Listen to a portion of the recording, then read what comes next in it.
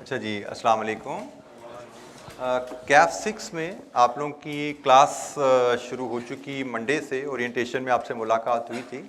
उसके बाद जैसे as per plan Tuesday Wednesday managerial analysis के एरिया पे आपकी डिस्कशन चली। तो आज हम फाइनेंशियल एनालिसिस पे बात शुरू करेंगे। फाइनेंशियल एनालिसिस में थोड़ी सी बात मेरी before we start the topic, कुछ बात उस दिन अधूरी रह गई थी। आल्दो जैसे मैंने कहा, जो बच्चे मुझसे कैफ से पढ़ के आए हैं वो तो in learning, revision, examination techniques के बारे में काफ़ी फेमिलियर होंगे, लेकिन देर आर फ्यू फेसेस जो कि मुझे यहाँ नज़र आ रहा है जिनसे मेरी टीचिंग स्टाइल पे या जो लर्निंग स्टाइल मैं रिकमेंड करता हूँ उस पर बात नहीं हुई। तो इसके लिए मैं क्विक रीकैप आप लोगों से थोड़ा सा चाहूँगा कि हम 15-20 मिनट में क्विक रीकैप ले लें या कुछ कम्युनिकेशन कर लें, learning, revision, practice and exam techniques, उसकी सिग्निफिकेंस पे, फिर हम इंशाअल्लाह आगे चलते हैं अपने सब्जेक्ट की तरफ। अच्छा जी, जस्ट लाइक कैफ 3, बल्कि उससे भी शायद यहाँ पे ज़्यादा रिक्वायर्ड है कि आपको रीडिंग की तरफ तवज्जो देनी है। आल्दो हमारा 60% तक का जो एरिया है कैफ 6 का, मैनेजरियल फाइनेंशियल एनालिसिस का, उस 60 में से तकरीबन 50 के करीब न्यूमेरिकल्स ही आते हैं। लेकिन उन न्यूमेरिकल की फाउंडेशन बेस जो प्रिंसिपल है वो रीडिंग से, थ्योरी से हमने पढ़ के सीखनी है। सो नोट्स की रीडिंग और बेसिक इलस्ट्रेशन से उन बेसिक कॉन्सेप्ट की एप्लीकेशन, हम ऐसे कॉन्सेप्ट सीखेंगे। स्टडीज़ में आपको रेगुलर रहना है, क्लासेस में भी रेगुलर चलेंगे और घर पे भी रेगुलर पढ़ेंगे। ये चीज़ जहन में रखिएगा कि सीए की स्टडीज़ में आप जिस दिन पहले दिन क्लास में बैठ गए उसी दिन से आपकी एग्ज़ाम की प्रेपरेशन स्टार्ट होनी चाहिए। जिस तरह आप एकेडमिक्स में अपने एकेडमिक जो स्टडीज़ थी चलते थे कि हम 12 महीने का साल है हमारा एकेडमिक ईयर, हमने 7-8 महीने क्लासेस पढ़ी, फिर सिलेबस ख़त्म हुआ, फिर हमने 3-4 महीने मिले रिवीजन प्रैक्टिस के लिए। तो प्रोफेशनल एजुकेशन में ऐसा नहीं है। By now you are very much familiar with that कि आपकी जब क्लासेस ख़त्म होती तो आपको तो हार्डली 1 महीना मिलता है। 1 महीने में सिलेबस रिवाइज करके प्रैक्टिस करके तैयार नहीं होता। तो आपको देखना है कि जिस दिन आप क्लास में बैठे, आज से आगे चलो तो 5 महीने बाद आपके एग्ज़ाम है, तो ये 5 महीने तो ज़रूर आपको स्टडीज़ को देने हैं। आप मैट्रिक में, 9th-10th में, फर्स्ट ईयर सेकंड ईयर में 3-4 महीने दे रहे होते थे, तो सीए की स्टडीज़ इतनी तो इज्जत डिज़र्व करती है कि उसको हम 5 महीने दे दें। और वो 5 महीने should start from the first day of your class. वहाँ से आप पढ़ना शुरू करोगे तो ही आप आगे चलते हो कामयाबी से। क्लासेस में रेगुलर होना क्यों ज़रूरी है? क्योंकि हम एक एक टॉपिक को कई कई दिन पे पढ़ रहे होते हैं। आप कोई एक दिन स्किप करते हो, वो स्किप करने की वजह से आपकी टॉपिक की कंटिन्यूटी ब्रेक हो जाएगी, अगले दिन की लर्निंग्स आपकी डिस्टॉर्ट हो जाएंगी और एग्जाम लेवल प्रिपरेशन आपकी ज़रा थोड़ी सी पीछे रह जाएगी, इफेक्ट हो जाएगी। घर पे रेगुलर रहने से मुराद क्या है कि रोज़ का काम रोज़ करना है और वीकली टेस्ट आपके आएंगे, उनको प्रिपेयर करके उसमें बैठना है। आपकी असेसमेंट्स आएंगी, उनके लिए प्रिपेयर करके बैठना है। आपके टर्म टेस्ट आएंगे, उनकी तैयारी के साथ बैठना है। ये जो वीकली टेस्ट हैं, असेसमेंट्स हैं, टर्म टेस्ट हैं, दे प्रोवाइड यू अपॉर्चुनिटी या रिमाइंडर कि सब्जेक्ट को पढ़ो, दोबारा पढ़ो, तीसरी दफ़ा पढ़ो। क्योंकि जब तक एक टॉपिक को 1, 2, 3 दफ़ा आप नहीं पढ़ते, आपकी उसकी रिटेंशन एग्जाम लेवल परफॉर्मेंस तक नहीं जाती। एक दफ़ा पढ़ने से चीज़ें इतनी अच्छी समझ नहीं आती कि एग्जाम लेवल क्वेश्चन में उनको आप अप्लाई कर सको। तो आप एक दफ़ा आप रोज़ का काम रोज़ कर रहे हो, हफ्ते बाद टेस्ट आएगा उसके लिए पढ़ोगे, फिर महीने डेढ़ बाद असेसमेंट आएगी उसके लिए पढ़ोगे, 2 महीने बाद टर्म टेस्ट आएगा उसके लिए पढ़ोगे। तो एक टॉपिक को लगभग आप 3-4 दफ़ा पढ़ चुके होगे बाय द टाइम आपका सिलेबस ख़त्म होगा। दिस इज़ वेरी इंपॉर्टेंट कि आप ऐसा करो। 3-4 दफ़ा सिलेबस को पढ़ के आप लास्ट मंथ में एंटर हो, तभी आप अपनी प्रिपरेशन को एग्जाम लेवल तक लेके जा पाते हो। मैं यहाँ पे ये क्लियर कर दूं कि रिवीजन बहुत ज़रूरी है। प्रैक्टिस में थोड़ी कमी भी रह गई तो चलेगा। टीचर्स की गाइडलाइन के मुताबिक आपको अपनी स्टडीज़ को प्लान करना है। कोशिश कीजिए कि गाइडलाइंस जो चाहिए, जो सपोर्ट चाहिए, टीचर्स से ही लीजिए, उन्हीं से मांगिए। अपने सीनियर से, कुलीग से हेल्प लीजिए। गाइडलाइन या नसीहतें उनसे ना लीजिए, वो बाज़ का आपके लिए बड़े नुकसानदेह हो जाती हैं चीज़ें। अच्छा जी, रिवीजन बार बार चाहिए और प्रैक्टिस अनसिन क्वेश्चन की करनी है। अक्सर बच्चे प्रैक्टिस को ही रिवीजन समझते हैं। प्रैक्टिस आपकी रिवीजन नहीं होती। प्रैक्टिस में सिर्फ हर एक टॉपिक के चंद एस्पेक्ट टेस्ट किए जाते हैं किसी सवाल में। एक चैप्टर, जैसे हम इन्वेस्टर अप्रेजल का पहला चैप्टर पढ़ेंगे, उसको पढ़ने में हमें कोई 2-3 हफ्ते लगने हैं। अब 2-3 हफ्तों में वहाँ पे हम कोई 30-40 तरह के केसेस, एंगल्स, ट्रीटमेंट सीखेंगे। लेकिन जब ट्रीटमेंट सीखने बाद हम कोई एक पास पेपर क्वेश्चन पकड़ेंगे ना, तो उन 40 में से किसी एक सवाल में 8 ट्रीटमेंट टेस्ट हुई हैं, किसी में कोई 10 टेस्ट हुई हैं, किसी में 6 टेस्ट हुई हैं, किसी में 12 टेस्ट हुई हैं। हम 4 सवाल मिला के भी पास पेपर का कर लेंगे ना, तो 40 ट्रीटमेंट में से शायद 25 टोटल रिवाइज होंगी वहाँ पे हमारी। तो practice is never revision. Revision का मतलब है नोट्स और इलस्ट्रेशन, जहाँ से कॉन्सेप्ट सीखा है उनको जाके पढ़ना, वहाँ से जाके देखना। तो ये चीज़ आपने फ़र्क रखनी है, रिवीजन अलहदा, प्रैक्टिस अलहदा।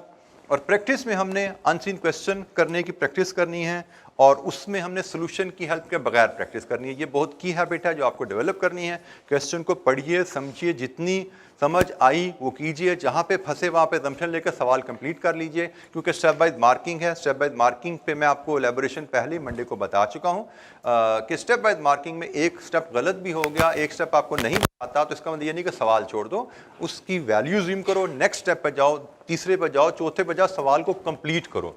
यही आदत आपको अपनानी है कि अनसीन क्वेश्चंस प्रैक्टिस करते हुए हमने क्वेश्चन को कंप्लीट करने की आदत डेवलप करनी है। क्वेश्चन में कुछ गलतियां हो रही हैं, कोई बात नहीं, पहले कंप्लीट कर लो, अजम्पशंस लेके कंप्लीट करो, फिर आंसर से कंपेयर करो, कहाँ गलतियां थी उनको ठीक कर लो, उनको इंप्रूव कर लेना। With the passage of time, with more revision, with more practice, आपकी एरर्स कम होती जाएंगी, आपका हर सवाल में स्कोर ज्यादा होता जाएगा।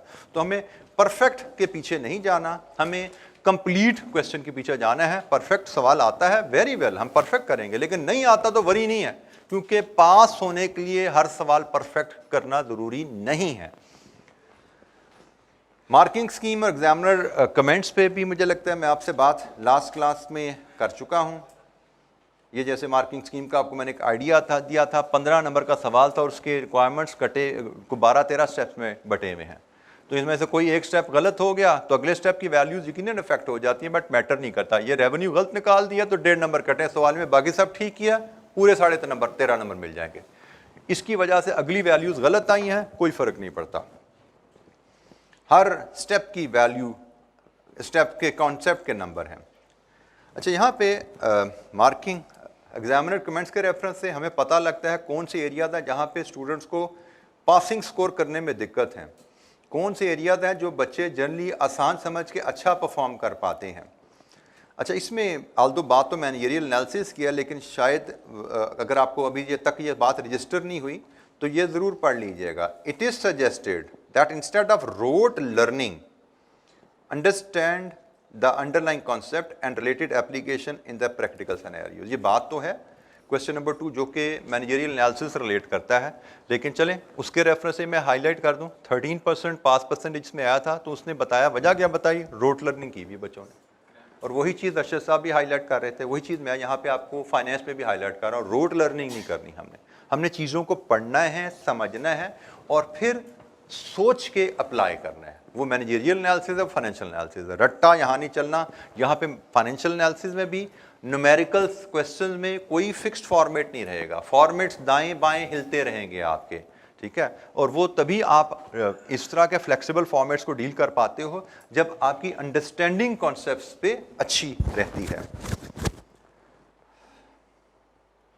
ये वही बात, घर पे प्रैक्टिस करते हुए ख्याल रखना है कि जो पार्ट्स आए वो कीजिए, जो नहीं आते उन पर टाइम ज़ाया कीजिए, अजम्पशन लीजिए, आगे चलिए। क्योंकि बच्चे जो जनरल कंप्लीट होती है, पेपर बड़ा लेंथी था, वो पेपर लेंथी नहीं होता। बेसिकली आप उन पार्ट्स पे जो आपको नहीं आते, जो कॉम्प्लिकेटेड होते हैं, जो आप एग्जाम में आप पिक नहीं कर पा रहे, उन पे आप अननेसेसरली टाइम ज़ाया कर देते हो। 2 नंबर का एक स्टेप होता है, ये नजर आ रही है ना वर्किंग सारी आपको, कोई 1 नंबर, कोई 1.5 नंबर, को आधा नंबर, मैक्सिमम 3 नंबर का कोई स्टेप है, आधा नंबर। अब आधे नंबर की वर्किंग पे आप फंसो, डेप्रिसिएशन कैलकुलेट करनी है जी, आधा नंबर, आप इस पर फंस जाओ आके और 10 मिनट ज़ाया कर दो और फिर कोई जी पेपर लेंथी था, तो ये तो ज़्यादती है ना, क्योंकि ये तो आधे नंबर की कैलकुलेशन थी। आधे नंबर की कैलकुलेशन तो 1-1.5 मिनट में करना था और आगे चलना था आपने। अगर आपको 1-1.5 मिनट में नहीं समझ आ रही है एक चीज़, तो you need to move forward, assume करो, छोड़ो, अगले स्टेप पे जाओ। डेप्रिसिएशन नहीं होती, ये निकाल दो, ये नहीं होता, ये तो करो, ये तो करो, जो अवेलेबल डाटा है उसके सर पे। तो ये की है। और ये की आपने घर पे प्रैक्टिस से डेवलप करनी है। ये की हैबिट आपने घर पे प्रैक्टिस से डेवलप करनी है कि घर पे जितने भी प्रैक्टिस क्वेश्चन करो, परफेक्ट सोल्यूशन देकर परफेक्ट करने की कोशिश नहीं करनी, क्योंकि हमारा मकसद परफेक्ट सोल्यूशन प्रोड्यूस करना नहीं है। हमारा मकसद घर पे प्रैक्टिस करते हुए है कंप्लीट सवाल करना, ऐसा सवाल जो हमें पूरा आता ही नहीं था लेकिन फिर भी पूरा करना है। ठीक है, कुछ गलतियां होंगी, कोई बात नहीं। This is the art, this is the habit which we need to develop. बाकी एग्जाम टेक्निक्स पे इंशाअल्लाह जैसे जैसे आगे चलेंगे बात करते रहेंगे, लेकिन एग्जाम में भी चीज़ अल्टीमेटली यही है, अभी फंसना नहीं है। जो चीज़ समझ आती है करते जाइए, जो नहीं आती है उसकी अजम्पशन लीजिए और आगे चलिए। तो ये जी बात ओवरऑल मैं थोड़ा सा चाह रहा था कि 5-10 मिनट में हम आप बात कर लें कि हमारी लर्निंग, रिविजन और प्रैक्टिस की स्ट्रैटेजी क्या होगी। एग्ज़ाम में भी हमें इसकी एप्लीकेशन के बगैर, इसके बगैर हम नहीं चल सकते, हमें इसको ले के साथ चलना है। और कोई सवाल किसी बच्चे के जहन में इस से रिलेटेड कोई सवाल हो, पूछना चाहते हो? अभी नहीं, आइंदा भी जो मैं आपको एडवाइस दूं आपको लगे कि वो आपको हजम नहीं हो रही, तो उसके लिए मुझसे रब्ता कीजिए, उसको फेंक ना दीजिए। क्योंकि अक्सर आपको पता है ना कि डॉक्टर्स जब दवाइयाँ देते हैं तो उन दवाइयों में कुछ दवाइयों के साइड इफ़ेक्ट्स आते हैं जो आपको सूट नहीं करते। तो आपने दवाई ली, साइड इफ़ेक्ट्स आए, दवाइयाँ खाने छोड़ दी तो आप ठीक नहीं होगे। तरीकाकार क्या होता है, आप डॉक्टर्स के पास जाते हैं, उसको बताते हैं जी मुझे इस मेडिसिन से ये साइड इफ़ेक्ट आ रहा है, तो डॉक्टर्स के साथ एक और गोली डाल देता है कि अच्छा इसके बाद ये भी ले लो, अब तुम्हारा वो साइड इफ़ेक्ट मैनेज हो जाएगा और लास्ट में दवाई बाकी कंटिन्यू रखो। जैसे अक्सर दवाइयों से पेट खराब हो जाता है कुछ लोगों का, तो डॉक्टर के साथ ऐड कर देते हैं दवाई भी, साथ ये दवाई भी ले लेना अगर ये गड़बड़ हो, अगर सर दर्द आए तो साथ ये दवाई भी ले लेना। तो आप लोगों को एज अ स्टूडेंट भी ये चीज़ सीखनी है कि आपको एक टीचर एक कंप्लीट सेट ऑफ एडवाइसेस देता है, उन एडवाइसेस को आपको कंप्रीहेंसिवली कंप्लीटली फॉलो करने की कोशिश करनी है, क्योंकि वो definitely as a group of instruction, group of guideline आपके बेनिफिट के लिए एडवाइस की गई हैं। अगर कभी आपको लगे कि कोई गाइडलाइन आपके लिए सूटेबल नहीं है, आपको सूट नहीं कर रही, कोई दिक्कत दे रही है, तो उसको ड्रॉप नहीं करना, उसको फेंक नहीं देना, टीचर से आके डिस्कस करना है जी मुझे ये इशू आ रहा है, तो teacher will be in a position to advise you in a much better way. सिर्फ मेरे सब्जेक्ट में नहीं, हर सब्जेक्ट के लिए गाइडलाइन है कि गाइडेंस लेके आपने चलना है। तो अच्छा जी, अब हम अपनी स्टडीज़ की तरफ मूव करेंगे। जैसे कि मैंने आपसे कहा था कि हम अपना सीक्वेंस जो ऑफ स्टडीज़ हमारे तकरीबन यही रहेगा जो हमारे ये टॉपिक्स हैं।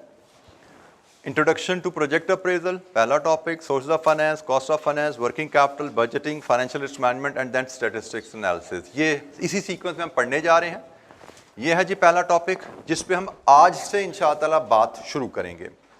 तो सबसे पहले इस टॉपिक की पास पेपर देख लीजिए ज़रा। एग्जाम पॉइंट ऑफ व्यू से ये हमारा सबसे अहम टॉपिक है। हर अटेम्प्ट में इसमें लॉन्ग क्वेश्चन आ रहा है और नॉर्मली सबसे ज़्यादा मार्क्स इस एरिया से टेस्ट किए जा रहे हैं।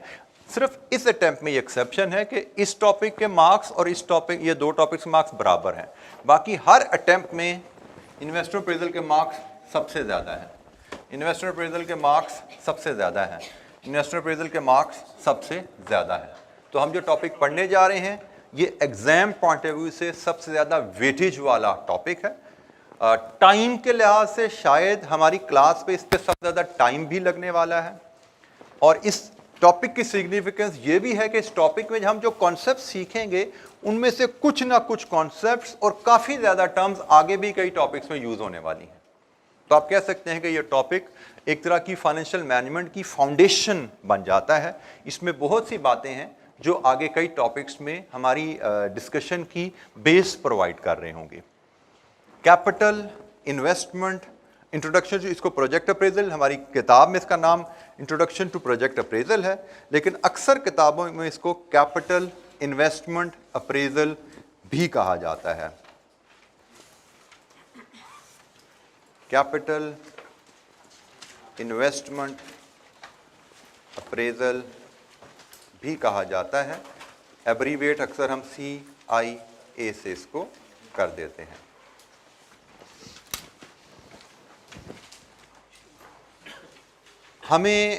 हम सब इस चीज़ से फेमिलियर हैं कि बिजनेसेस में जो एक्सपेंडिचर होते हैं उनकी दो ब्रॉड कैटेगरीज हैं।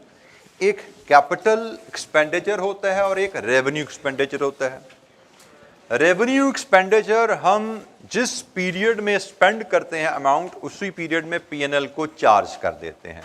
और नॉर्मली जो रेवेन्यू एक्सपेंडिचर अमाउंट स्पेंड की जाती है वो कंपनी अपनी एग्जिस्टिंग कैपेसिटी को मेंटेन करने के लिए करती है। फॉर एग्जांपल, आपने अपने प्रोडक्शन प्लांट की रिपेयर की, कोई पुर्जा टूट गया उसको लगाया, ये रेवेन्यू एक्सपेंडिचर है। आपने अपनी एग्जिस्टिंग प्लांट में लुब्रिकेशन ऑयल डाला, ये आपका रेवेन्यू एक्सपेंडिचर है। आपने अपने प्लांट के ऑपरेटर की सैलरी पे की ताकि वो प्लांट चला सके, ये रेवेन्यू एक्सपेंडिचर है। रेवेन्यू एक्सपेंडिचर क्या है कि आपके पास जो प्लांट, जो मशीनरी अवेलेबल है, उसको ऑपरेट करने के लिए, उसको एग्जिस्टिंग कैपेसिटी पे चलाने के लिए जो खर्चा किया जाता है वो आपका रेवेन्यू एक्सपेंडिचर है। Then there is capital expenditure. Capital expenditure क्या है कि अमाउंट स्पेंड की जाए अपनी कैपेसिटी को बढ़ाने के लिए। आप अभी 5000 यूनिट्स महाना बनाते हो, आप चाहते हो मैं कैपेसिटी को उठा के 5000 से 8000 पे ले जाऊं, तो इस ट्रांजिशन के लिए जो अमाउंट स्पेंड की जाएगी, इस मकसद के लिए जो अमाउंट स्पेंड की जाएगी, उसको हम कैपिटल एक्सपेंडिचर कहते हैं। तो कैपिटल एक्सपेंडिचर में आप इन्वेस्टमेंट करके अपनी जो कैपेसिटी है प्रोडक्शन की, बिजनेस की, कमाने की अहलियत है, उसको बढ़ाते हो। अच्छा, कैपिटल एक्सपेंडिचर के साथ एक चैलेंज क्या आता है कि कैपिटल एक्सपेंडिचर में अमाउंट जो इन्वॉल्व होती है जनरली वो ह्यूज अमाउंट होती है as compare to revenue expenditure. Revenue expenditure में तो प्लांट लगा हुआ ना, उसका पुर्जा टूट गया तो छोटा 10, 20, 25,000, 30,000 का पुर्जा आगा बदल दो भाई। और वो तो जरूरी है भाई, हमारा एक एसेट था वो रुक गया चलता, उसको चलाने के लिए जरूरी है बदलना। लेकिन जब हम कैपिटल एक्सपेंडिचर की बात करते हैं तो वहां पे हर चीज जरूरी नहीं होती। जैसे हम कह रहे हैं हमारी कैपेसिटी अभी 5000 पर मंथ है, हम 5000 पर मंथ से 10,000 पर मंथ पे प्रोडक्शन कैपेसिटी ले जाए, अब ये जरूरी नहीं है। हमारी कंपनी बंद नहीं हो जाएगी अगर हम 10,000 पे नहीं लेके जाएंगे। बेसिकली ये हमारी ख्वाहिश है कि हम प्रोडक्शन कैपेसिटी बढ़ा लें ताकि हमारे ज्यादा प्रॉफिट्स आ जाएं। ये हमारी ख्वाहिश प्रोडक्शन कैपेसिटी बढ़ाने की ज्यादा प्रॉफिट के लालच में है कि हमें ज्यादा प्रॉफिट मिल जाए, जरूरी नहीं है, मैंडेटरी नहीं है। अच्छा, दूसरी बात इसमें क्या आई कि कैपिटल इन्वेस्टमेंट में, कैपिटल एक्सपेंडिचर में ह्यूज अमाउंट्स इन्वॉल्व होती हैं। मशीन का पुर्जा तो 10, 20, 25,000 का आ रहा था ना, लेकिन मशीन 2, 4, 5, 10, 20 करोड़ की आएगी।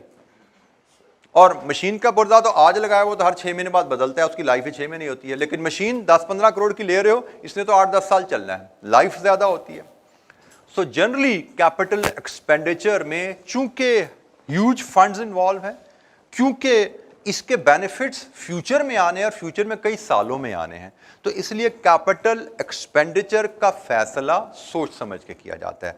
रेवेन्यू एक्सपेंडिचर में फिर बोलो मशीन का पुर्जा टूट गया, बस सोचना यह भाई खरीदना कहां से है, अच्छी कीमत में अच्छा पुर्जा कहां से मिलता है, खरीदना तो है, लेकिन कैपिटल इन्वेस्टमेंट करनी है या नहीं करनी, इस पे क्वेश्चन मार्क होता है। तो जनरली हम कहते हैं कि कैपिटल इन्वेस्टमेंट या कैपिटल एक्सपेंडिचर का वक्त जब भी आए, जब भी कंपनी को उसकी जरूरत महसूस हो, company should follow a structured approach, should conduct a proper capital investment appraisal.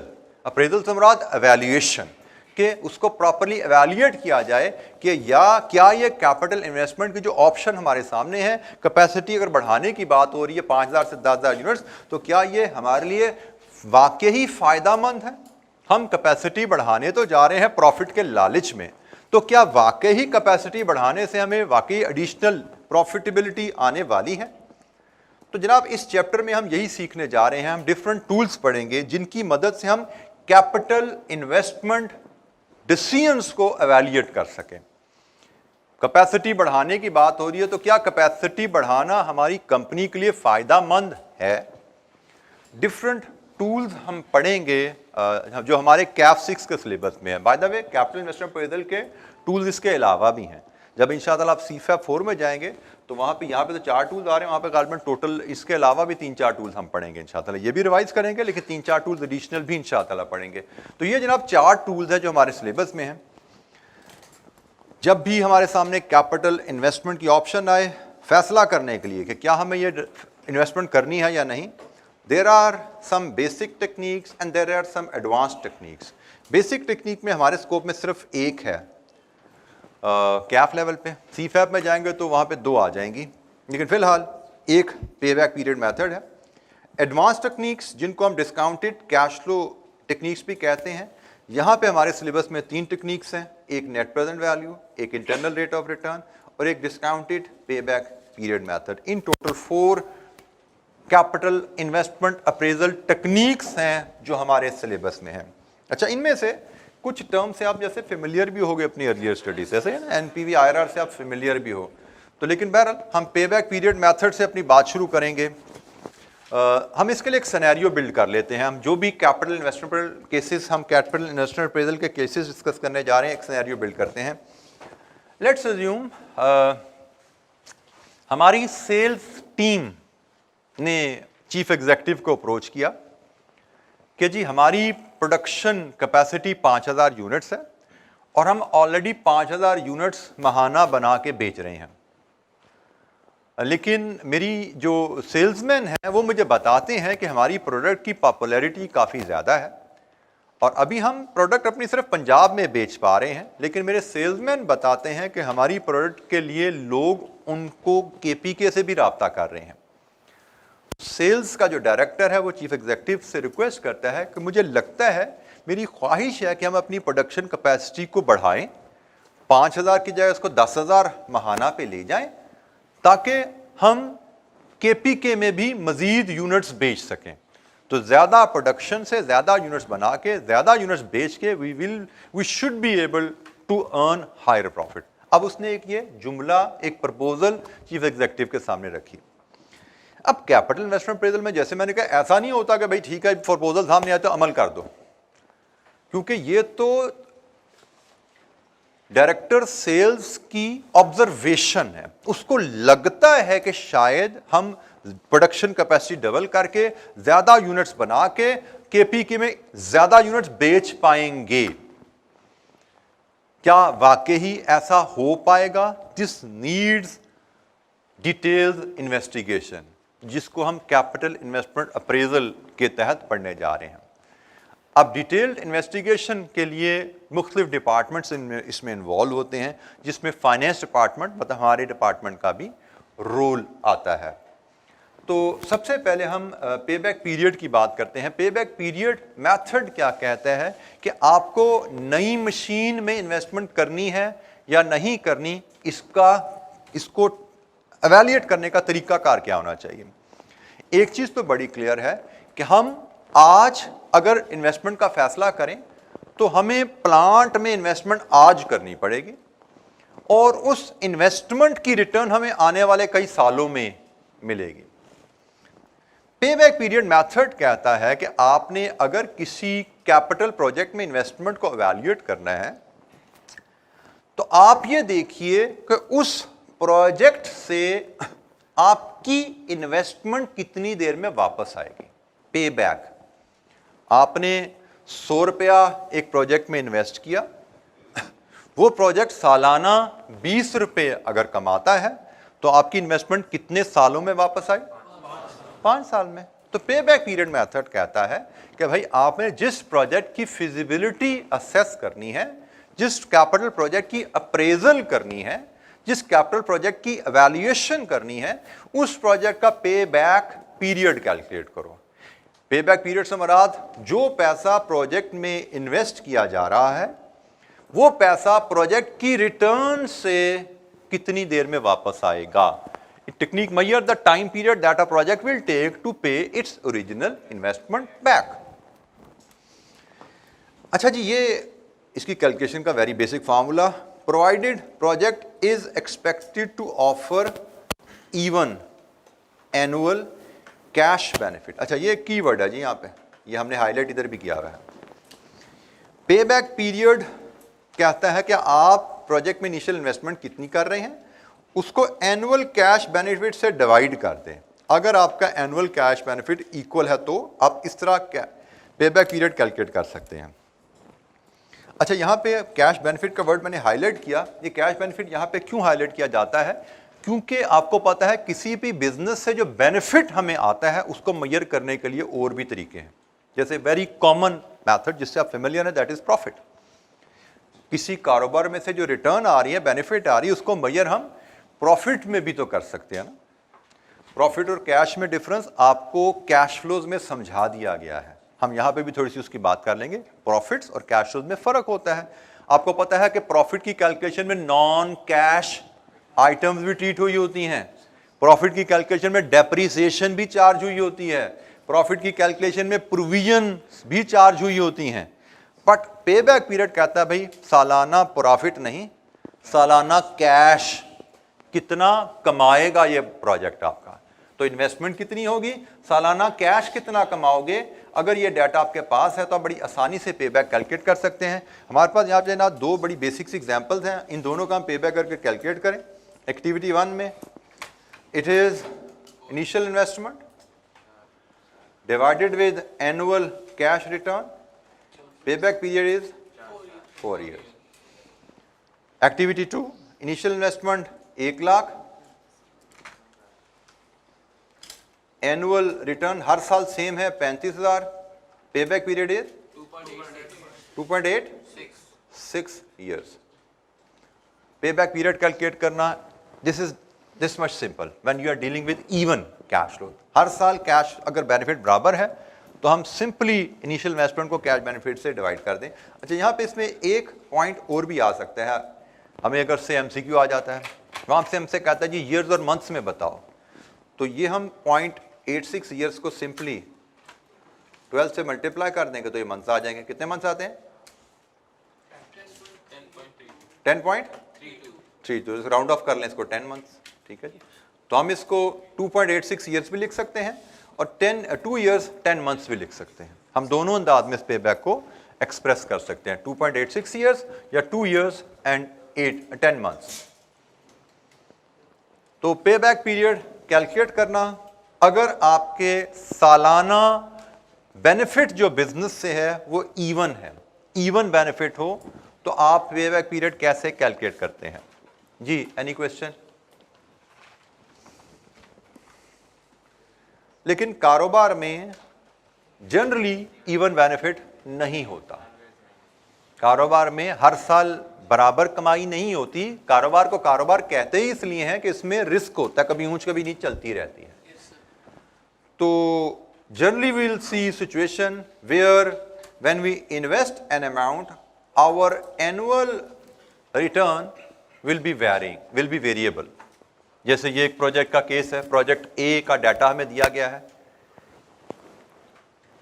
हमारे सेल्स डायरेक्टर ने आइडिया दिया कि भाई इस प्रोजेक्ट में, प्रोजेक्ट ए में इन्वेस्टमेंट की जाए तो हमें सालाना रिटर्न्स कुछ आ सकती हैं।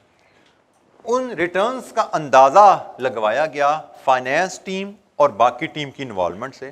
तो अंदाज़ा ये लगा कि भाई प्रोजेक्ट ए में इन्वेस्टमेंट करने से हम सालाना इतने पैसे कमा सकते हैं। प्रोजेक्ट की लाइफ नज़र आ रहा है यहाँ से 5 साल है, आप इन्वेस्टमेंट करो 90 मिलियन की, तो पहले साल, दूसरा साल, सोन इतनी कमाई होगी और 5 साल बाद प्रोजेक्ट की लाइफ ख़त्म हो जाएगी, मशीन डिस्कार्ड हो जाएगी। 5 साल बाद मशीन की residual value, disposal value, scrap value 4 million है। अब ये भी एक प्रोजेक्ट है, अब हमसे कहा जाए इसका पे बैक बताओ, तो ये तो अनइवन कैश फ्लोज है। अनइवन कैश फ्लोज में तो वो फार्मूला नहीं लगेगा। तो अनइवन कैश फ्लोज का पे बैक निकालने का तरीका है कि आप इनके पैरेलल क्यूमुलेटिव कैश फ्लोज का कॉलम बनाते हो।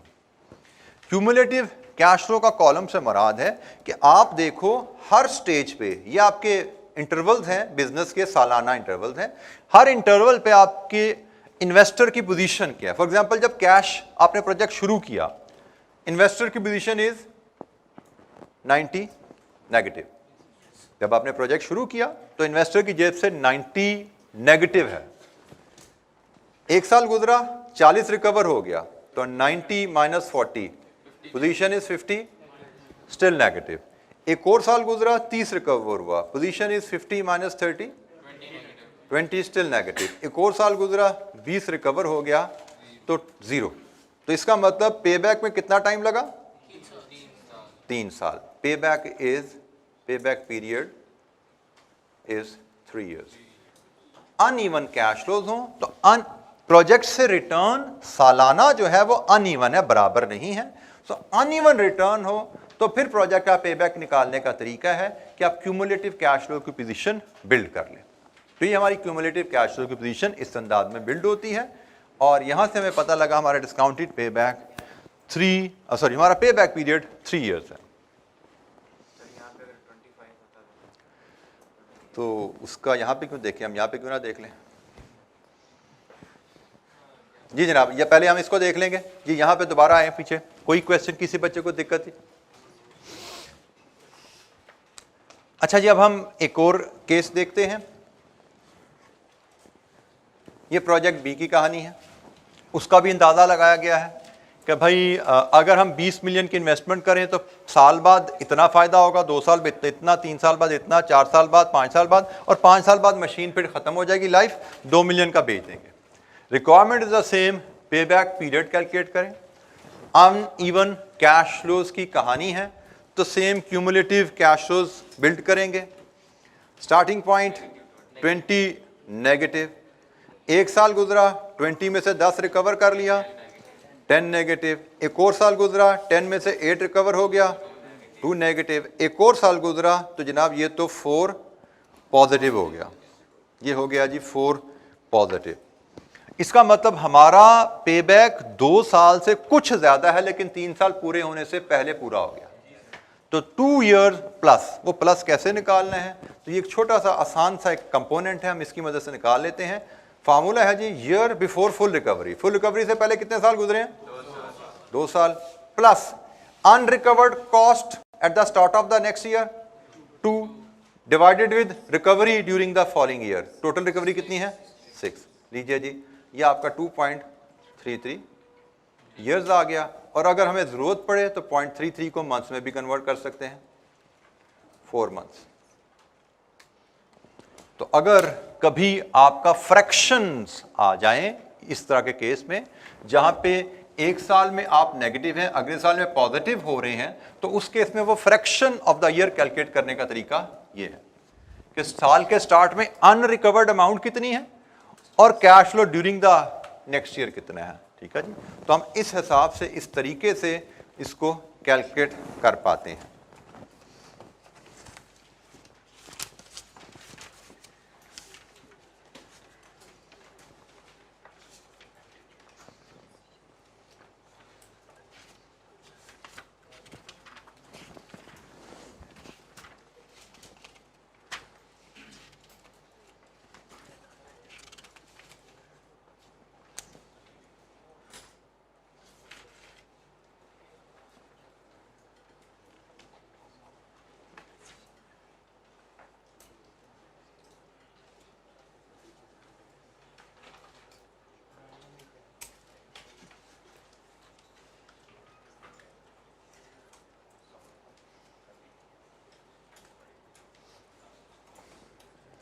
जी जनाब, एनी क्वेश्चन? पे बैक पीरियड कैलकुलेट करना ये एक एस्पेक्ट है, एक स्टेप है प्रोजेक्ट की इवैल्यूएशन के लिए।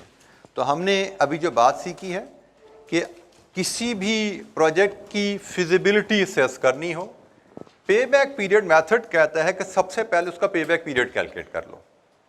पे बैक पीरियड कैलकुलेशन में हमने कहा जी किन चीज़ों का ख्याल रखा जाएगा। पहली बात तो डेफिनेशन आ गई ना कि भाई हमारा प्रोजेक्ट अपनी कमाई से हमारी ओरिजिनल इन्वेस्टमेंट कितनी देर में वापस करेगा हमें, दिस इज पे बैक की डेफिनेशन। इसमें अपनी कमाई की बात करें तो कमाई को हमने क्लियर कर दिया, कैश कमाई, अकाउंटिंग प्रॉफिट वाली कमाई नहीं लेनी, कैश कमाई। हमें प्रॉफिट और कैश की कमाई का डिफरेंस अकाउंटिंग से तो क्लियर है, यहाँ पे उसकी थोड़ी रिवीजन हम दोबारा कर लेंगे, आसान रिवीजन है, यहाँ पे हमने कैश फ्लो नहीं दोबारा बनानी, लेकिन हमें ये फर्क ज़हन में रखना है कि भाई हमें क्वेश्चन में अगर प्रॉफिट्स दिए जाए और कहा जाए पे बैक निकालो, तो प्रॉफिट्स के साथ पे बैक नहीं निकलता, कैश फ्लो के साथ पे बैक निकलता है। कैश फ्लो और प्रॉफिट में फर्क होता है। अच्छा जी, कैश फ्लो अगर बराबर है सालाना तो हम इस फार्मूले से पे बैक निकाल लेते हैं, और अगर अनइवन है कैश फ्लोज प्रोजेक्ट से, रिटर्न अनइवन है, तो हम इस मेथड से पे बैक निकाल लेते हैं। वो यहाँ पे फुल ईयर में आ जाए या फ्रैक्शन में आ जाए, हमने सारी कैलकुलेशन पे बैक की सीख ली कि आपने किसी प्रोजेक्ट की फिजिबिलिटी करनी है तो पहला काम है उस कैपिटल प्रोजेक्ट का पे बैक मेजर कर लो। अब पे बैक मेजर तो कर लिया, असल काम पे बैक हमने मेजर किया क्यों है? क्योंकि हम फैसला करना चाहते हैं कि भाई इस प्रोजेक्ट में इन्वेस्टमेंट करें या ना करें। अब बारी आई फैसला करने की, तो उस फैसले के लिए हमें फिर एक डिसीजन रूल चाहिए। यह है जी पे बैक पीरियड का डिसीजन रूल। हम जितने भी टूल्स पढ़ेंगे, टेक्निक्स पढ़ेंगे, हर टेक्निक का हमें रूल दिया जाएगा, और रूल दो एंगल से हमें दिया जाएगा। एक, प्रोजेक्ट की फिजिबिलिटी का फैसला कैसे किया जाता है, और दूसरा, अगर हमारे पास एक से ज्यादा प्रोजेक्ट्स अवेलेबल हैं एज ऑप्शन, तो उसमें से बेहतर प्रोजेक्ट का फैसला कैसे किया जाता है, कंपैरिजन। तो पहले फिजिबिलिटी की बात कर लें कि भाई को फिजिबिलिटी से हमारा कोई प्रोजेक्ट एक्सेप्टेबल है या नहीं, कैसे फैसला करेंगे। Every organisation must have its standard pay back. हर ऑर्गेनाइजेशन का एक स्टैंडर्ड पे बैक होगा। आप जिस भी कंपनी के लिए काम कर रहे हैं, उस कंपनी के सीईओ ने एक स्टैंडर्ड पे बैक बना के रखा होगा, जी मेरा स्टैंडर्ड 5 साल है, 4 साल है, 3 साल है, 2 साल है, उसका का स्टैंडर्ड होगा। अब हमारा रूल क्या है, हमने प्रोजेक्ट का पे बैक तो कैलकुलेट कर लिया। अगर प्रोजेक्ट का पे बैक स्टैंडर्ड पे बैक से कम है तो हम प्रोजेक्ट एक्सेप्ट करेंगे, लेकिन अगर प्रोजेक्ट का पे बैक स्टैंडर्ड पे बैक से ज्यादा है तो हम प्रोजेक्ट रिजेक्ट कर देते हैं। This is the basic guideline. For example, हमारा स्टैंडर्ड पे बैक है 3 ईयर, हमारा स्टैंडर्ड पे बैक है 3 ईयर। प्रोजेक्ट ए की बात कीजिए, प्रोजेक्ट ए का पे बैक कितना आया था, प्रोजेक्ट ए का पे बैक था 3.3 ईयर्स, सॉरी अच्छा मैं इसको बल्कि इसको फिर हम करते हैं कि 2.5 ईयर्स में ले लेता, तो स्टैंडर्ड पे बैक 2.5 ईयर्स मैंने कहा जी, ठीक है जी, स्टैंडर्ड पे बैक 2.5 ईयर है। तो प्रोजेक्ट ए का पे बैक 3 ईयर्स आया, इसको मैंने कंपेयर किया स्टैंडर्ड पे बैक से 2.5 ईयर्स, तो मेरा फैसला क्या है, रिजेक्ट। प्रोजेक्ट ए को रिजेक्ट कर दो।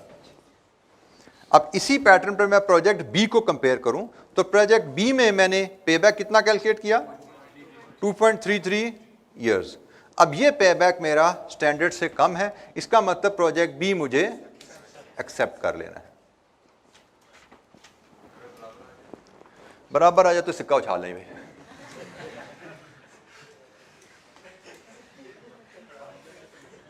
अच्छा, यहां पे ना ये सवाल इस तरह का आपके जहन में आती है, सिचुएशन भी आपके सामने शायद कभी आ जाए। वैसे तो एग्जाम में ऐसी सिचुएशन आपके सामने नहीं आएगी, लेकिन 100 में से एक दफा आ भी सकती है। तो रूल क्या है, स्टैंडर्ड है आपका, स्टैंडर्ड मीट हो जाए या स्टैंडर्ड एक्सीड हो जाए, दोनों सूरत में आपको कबूल होना चाहिए ना। आपका स्टैंडर्ड है भाई 3 साल में जो प्रोजेक्ट पैसा वापस करेगा वो ले लेंगे, तो जो 3 साल में कर रहा है वो भी ठीक है, जो 3 साल में कम में कर रहा है वो भी ठीक है, ठीक है। तो नॉर्मली वैसे आपको इतनी थिन डिसीजन लाइन के साथ क्वेश्चन नहीं आएंगे, लेकिन अगर आ जाए तो common sense will always prevail कि ये मेरा स्टैंडर्ड है, तो स्टैंडर्ड मीट तो हो रहा है ना। जो प्रोजेक्ट 3 साल में पैसा वापस करे या 3 से कम में वापस करे, मुझे वो एक्सेप्टेबल होना चाहिए। तो जनाब जनरली जैसे मैंने कहा इतनी थिन लाइन आपको टेस्ट नहीं की जाएगी। तो ये जनाब हमारा फिजिबिलिटी का रूल हो गया। इट्स वेरी सिंपल रूल के, और यहां से समझ लो, बल्कि इसको पहले इसको डिस्कस कर लेते हैं फिर मजीद बात कर लेते हैं। कंपैरिजन में कहा जाता है कि जो प्रोजेक्ट जल्दी पैसा वापस करता है वो बेहतर है। प्रोजेक्ट विद शॉर्टर पे बैक इज बेटर। तो हमारे केस में किस प्रोजेक्ट का पे बैक शॉर्टर है, बी बेहतर है। रूल यहां पे ये है कि भाई जो प्रोजेक्ट जल्दी पैसा वापस करता है वो बेहतर है। पैसा आपने प्रोजेक्ट में लगाया, जिस प्रोजेक्ट की कमाई से आपकी इन्वेस्टमेंट जल्दी वापस आ रही है वो प्रोजेक्ट इस मेथड के तहत बेहतर है। ये मेथड हरफ आखिर नहीं है बाय द वे, ये मेथड सबसे बेसिक मेथड है और सबसे कमजोर मेथड है। तो लेकिन जब हम कोई मेथड पढ़ते हैं तो उसकी कमजोरियों के साथ ही पढ़ रहे हैं। इसके मसाइल हैं बड़े, उन मसाइल को भी हम बात करेंगे, लेकिन फिलहाल हमने मेथड जो इसके इन्वेंटर ने ईजाद किया, जैसे ईजाद किया वैसे हमने पढ़ा है। तो उसने कैसे पे बैक कैलकुलेट करने का तरीका बताया, हमने पढ़ लिया। उसने कैसे डिसीजन लेने का तरीका बताया, हमने पढ़ लिया। इसमें मसाइल हैं, इसमें प्रॉब्लम है, उन पर बात करेंगे, लेकिन उससे हमारी ये डिस्कशन नहीं बदलेगी, क्योंकि एग्जाम में हमें ये सवाल इस अंदाज में आ सकता है कि प्रोजेक्ट का पे बैक कैलकुलेट कीजिए और इसके इश्यूज को हाईलाइट कीजिए। इसमें मसले क्या बताइए इस टेक्निक में।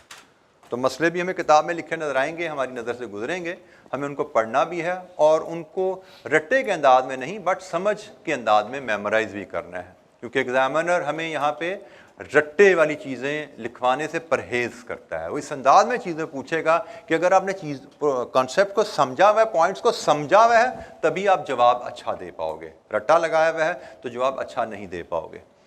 जी, डिसीजन रूल पे बैक पीरियड मेथड का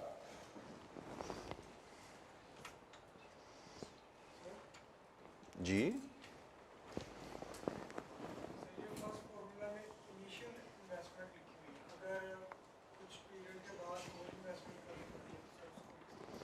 बेटा, अगर आपकी कुछ पीरियड के बाद इन्वेस्टमेंट दोबारा आ रही है तो फिर आप शायद इस फार्मूले की मदद से उसका पेबैक कैलकुलेट नहीं कर पाएंगे।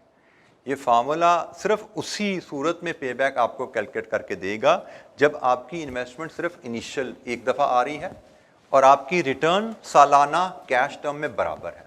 ये फार्मूला तभी इस्तेमाल हो सकता है।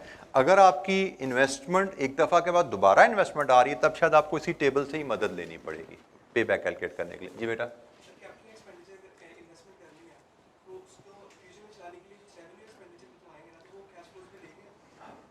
कैपिटल एक्सपेंडिचर जब कर लिया जाता है तो उसके बाद ये जो कैश फ्लोज आ रहे हैं ना, ये रेवेन्यू कैश फ्लोज का नेट है। क्योंकि रेवेन्यू एक्सपेंडिचर करते हो तो रेवेन्यू जनरेट भी तो करते हो ना, सेल्स जनरेट करोगे, मतलब चीज़ बनाने पे खर्चा करोगे तो चीज़ को बेच कर रेवेन्यू कमाओगे भी तो सही। तो ये सारे जो कैश फ्लोज हैं ये रेवेन्यू माइनस कॉस्ट है, ठीक है। ये ऑपरेटिंग कैश फ्लोज का नेट है, ये सारे ऑपरेटिंग कैश फ्लोज हैं। जी, एनी अदर क्वेश्चन? अच्छा जी, हमने जो एक बात मैंने आपसे पॉइंट डिस्कस किया था कि हमें कैश फ्लोज को लेकर चलना है। हमें एग्जाम में एग्जामिनर कभी प्रॉफिट्स भी दे सकता है, जैसे ये सवाल है।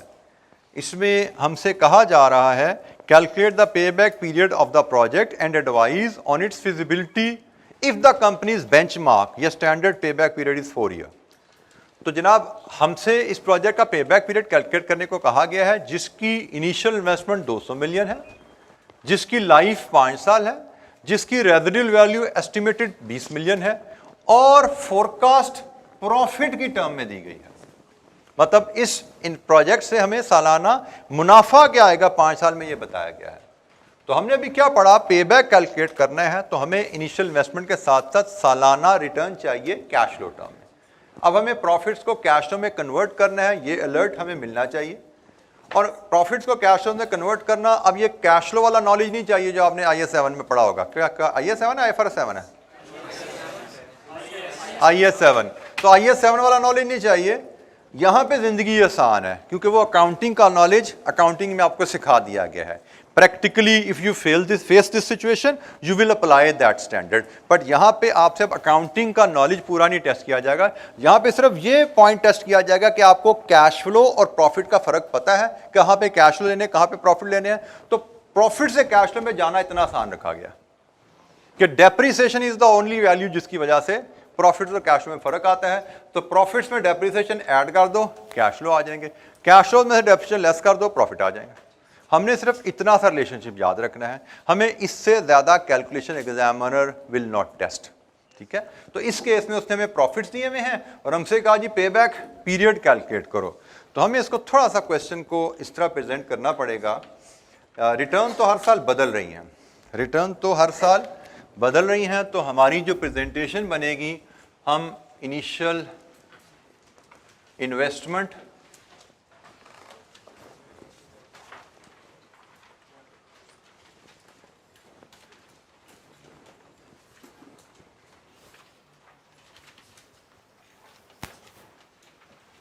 ये तमाम वैल्यूज रुपीज इन मिलियन में गिवन है तो हम रुपीज इन मिलियन में ही ले लेंगे।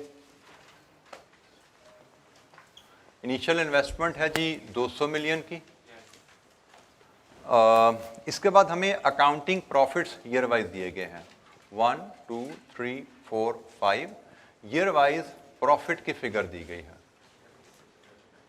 तो मैं यहाँ पे प्रॉफिट की फिगर इधर लिखता हूँ 25 million, 37 million, 20 million, 45 million and 15 million.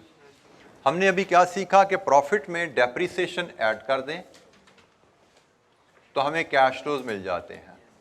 तो डेप्रिसिएशन इस केस में do we have any information on the policy, क्योंकि डेप्रिसिएशन तो स्ट्रेट लाइन रिड्यूसिंग बैलेंस कहीं से भी निकलती है ना, तो यहाँ पे कोई पॉलिसी पे इंडिकेशन है?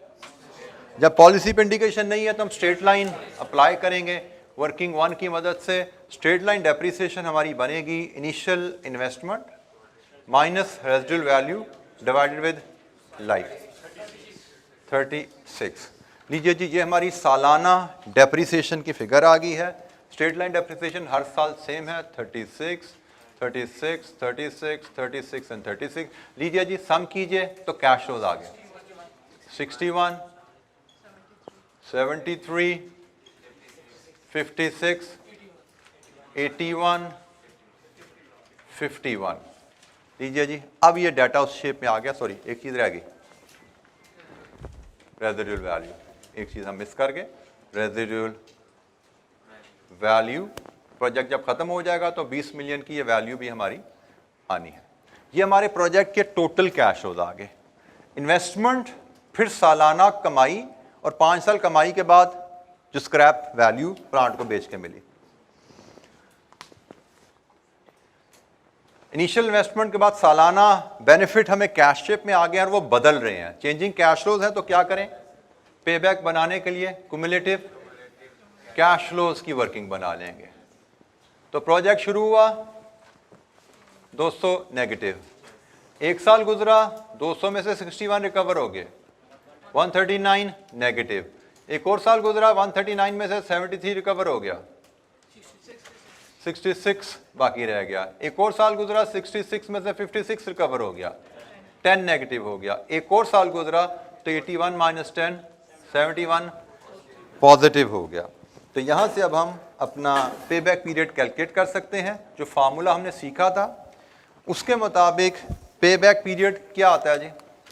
हमने पढ़ा था पे back period is years before full recovery 3 plus amount to be recovered in the next year, last year unrecovered amount 10, amount total recovery in the subsequent year 81। तो जनाब क्या बना? 3.12 years। ये है जी हमारा पे बैक पीरियड। लेकिन हमसे सिर्फ पे बैक थोड़ी मांगा गया, हमसे क्या एडवाइस भी करो। तो एडवाइस करने के लिए क्या करें? इसको कंपेयर करें स्टैंडर्ड से, और स्टैंडर्ड क्या है? 4 years। तो डिसीजन क्या हुआ आपका? एक्सेप्ट, क्योंकि प्रोजेक्ट का पे बैक स्टैंडर्ड से कम है। आपका डिसीजन है एक्सेप्ट द प्रोजेक्ट। पे बैक पीरियड मेथड की कैलकुलेशन।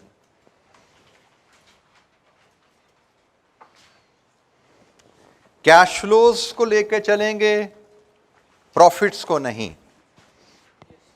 हमारे सिलेबस में जितनी भी टूल्स अवेलेबल हैं उन सब टूल्स में हमने कैश फ्लोज को लेके प्रोजेक्ट की फिजिबिलिटी सेस करनी है कि हम प्रोजेक्ट की इन्वेस्टमेंट जब करेंगे तो उस इन्वेस्टमेंट के नतीजे में सालाना कैश रिटर्न हमें क्या आनी है। हम किसी भी टूल में प्रॉफिट्स को इस्तेमाल नहीं करेंगे। अगले भी तमाम टूल्स कैश फ्लो की बेसिस पे ही हमें इस्तेमाल करने हैं। हमारी प्रॉफिट्स की बेस पे एक टूल हम पढ़ते हैं, लेकिन वो सीफैप में पढ़ेंगे। कैफ में हमारे सारे टूल्स कैश फ्लो की बेसिस पे हैं। और प्रॉफिट्स और कैश फ्लो का रिलेशन मैंने आपको बता दिया कि हमें कैफ 6 में क्या दिया गया है। जी, एनी क्वेश्चन?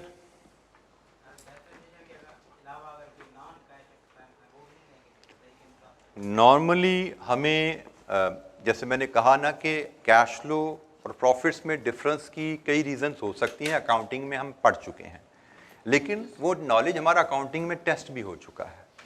यहाँ पे मेरी नज़र से पिछले 20-22 साल में फाइनेंशियल मैनेजमेंट में ऐसा कोई सवाल नहीं गुजरा जिसमें इसके अलावा कोई एडजस्टमेंट दी गई हो।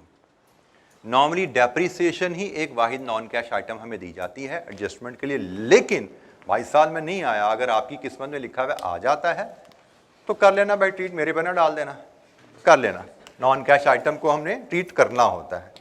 मैंने इसलिए कहा कि कैश फ्लोज और प्रॉफिट और कैश फ्लो के डिफरेंस में कई एडजस्टमेंट होती हैं। आपने अकाउंटिंग में बहुत ज़्यादा एडजस्टमेंट पढ़ी है, वो तो पूरी स्टेटमेंट बनती है आपकी, तो हमें यहाँ पे पूरी स्टेटमेंट नहीं बनानी।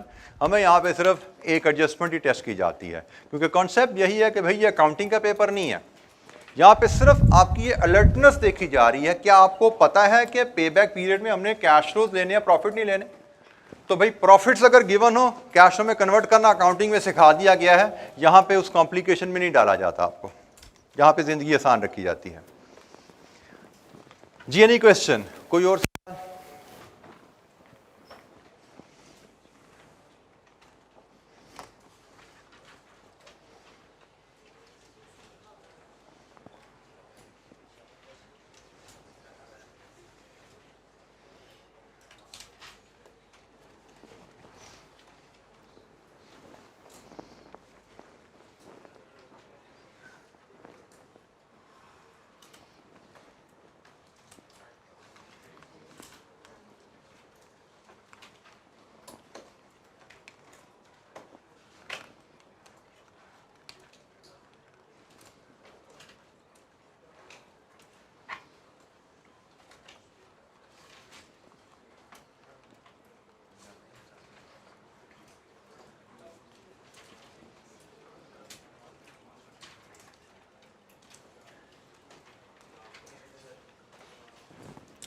अच्छा जी, डिस्कशन को थोड़ा सा आगे लेके चलते हैं। बेसिक टेक्निक पेबैक पीरियड में इतनी ही बात थी, इसके अलावा शायद आगे कोई इलस्ट्रेशन हमारे सामने आ जाए तो हम उसको रिवाइज दोबारा कर लें।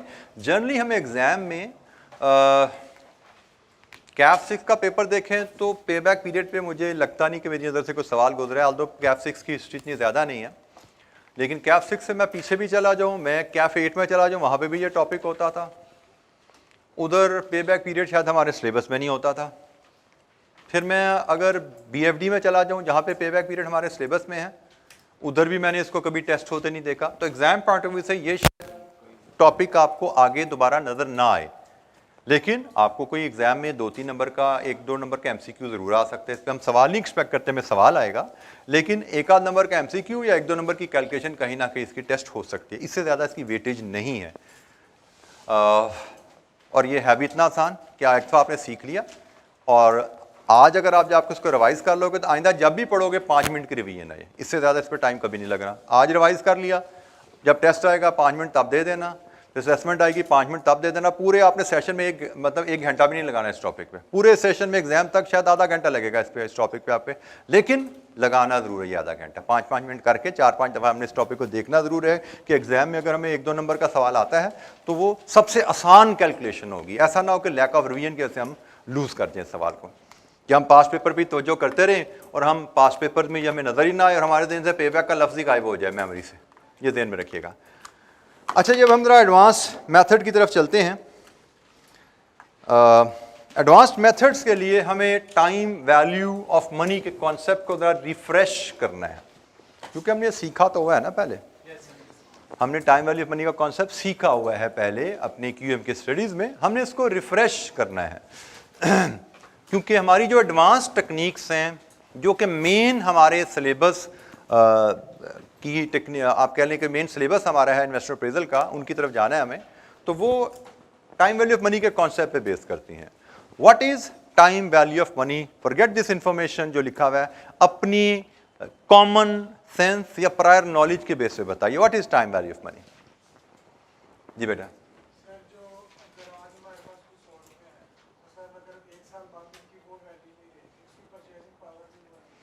बिल्कुल ठीक है। Time value of money, money की वैल्यू टाइम के साथ बदल जाती है।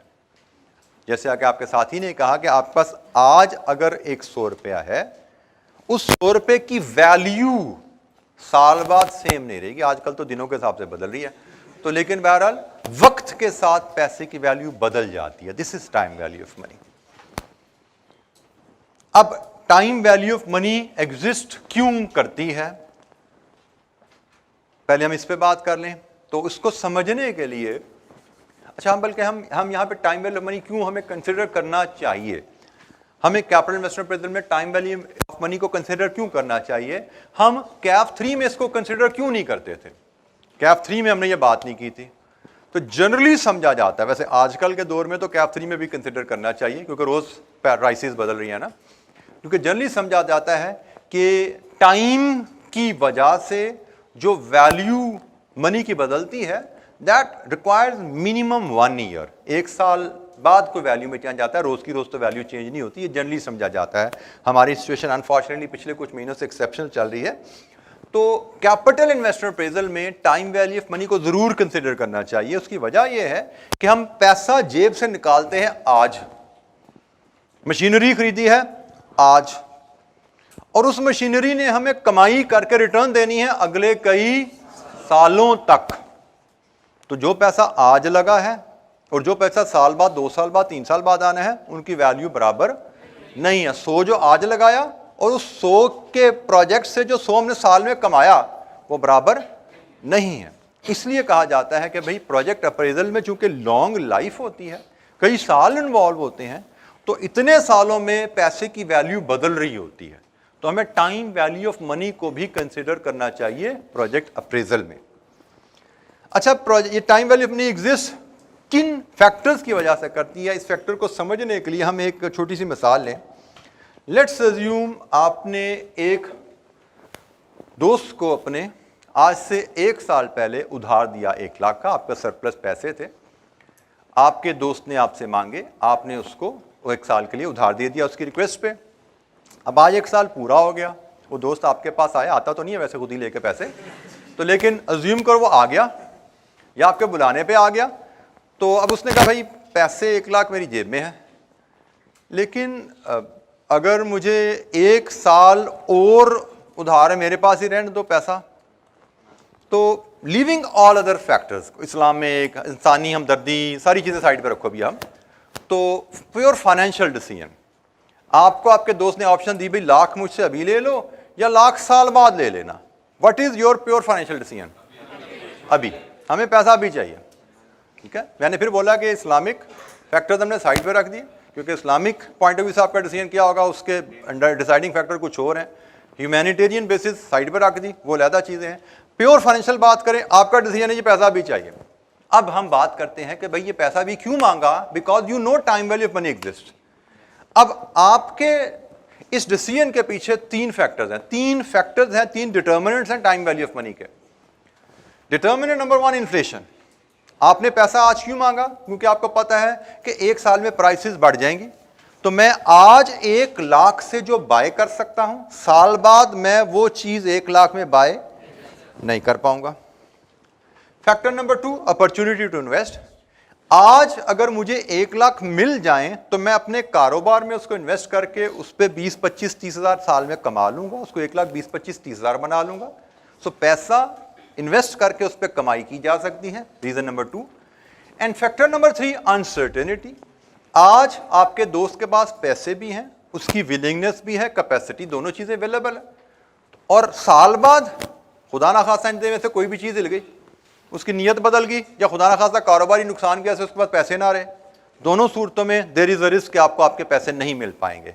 तो ये 3 फैक्टर्स हैं जिनकी वजह से आप कहते हैं टाइम वैल्यू ऑफ मनी, मुझे आज पैसा चाहिए। तो कैपिटल इन्वेस्टमेंट अप्रेजल में टाइम वैल्यू ऑफ मनी को कैसे इनकॉर्पोरेट हमें करना चाहिए, और डिफरेंट जो टूल्स हैं उनको हम कैसे अप्लाई कर सकते हैं टाइम वैल्यू ऑफ मनी को इनकॉर्पोरेट करने के लिए, ये डिस्कशन इंशाअल्लाह हम कंटिन्यू करेंगे कल। यहाँ से ऑनवर्ड एडवांस टेक्निक्स की तरफ हम चलेंगे इंशाअल्लाह, और ग्रेजुअली इस टॉपिक को बिल्ड करते जाएंगे। तो आज के लिए इतना ही जी, थैंक यू वेरी मच, अस्सलाम वालेकुम।